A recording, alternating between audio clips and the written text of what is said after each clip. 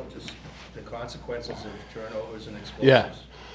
Yeah, couldn't do much in the first half offensively. I thought the defense did some good things in the first half, right? Obviously, gave up almost 600 yards of offense, but that was, a lot of that was late.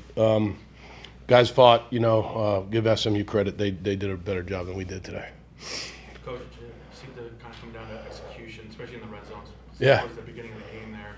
Just walk through those first couple drives where aren't able to convert on fourth and, fourth and three. Yeah, I thought about kicking a field goal, but I didn't think it was a field goal type of game, right? So less than 4th and 4, I said we got to go for this.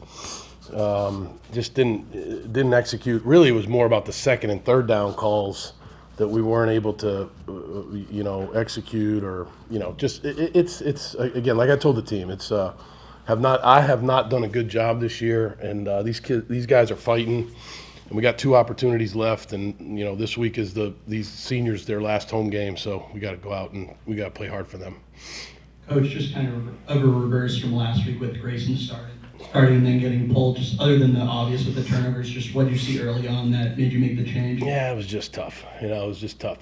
Grayson was fighting, but he just from the first check down that he threw, where he threw it at the back's feet, just thought that Dylan gave us a better chance. So that's why I did it. Just wondering about some of the fourth down calls in the first half and what the decision-making processes were between taking the field goal or not. Yeah, that's what I just said to Mac. I 4th and 4 or less, I didn't think it was a field goal game, Graham. You know what I mean? I didn't think it was a field goal game. I thought it was a touchdown game. And so I think the third down calls, I wish we could have those back, because I don't think those were great play calls. So, but going forward on 4th down was really a necessity, I think, relative to who we were playing. Thoughts on Kevin Jennings, what he brings to the table, and how you guys defend him? Yeah, I mean, we did some good things against him. I think he's a little banged up, so give him a lot of credit. He's a tough guy. He makes a lot of plays. He's a competitive guy. He's definitely, over the last couple of years, one of the best guys we've gone against. He does a really good job. And Coach, just thinking about last home game, like you mentioned, for the players next week.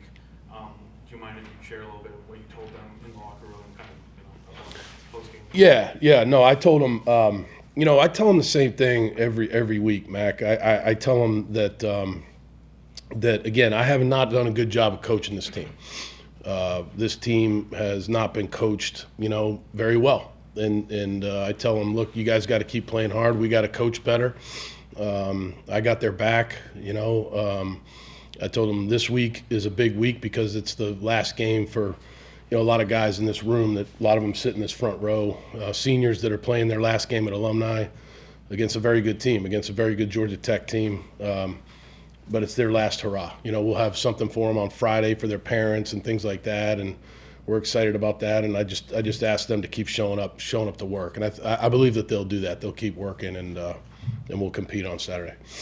Coach, just wondering if you feel like the lapses in defense, especially when it leads to chunk plays for the opposing team, do you feel like that's kind of a contagious thing that once one thing happens, it tends to keep unraveling throughout the game?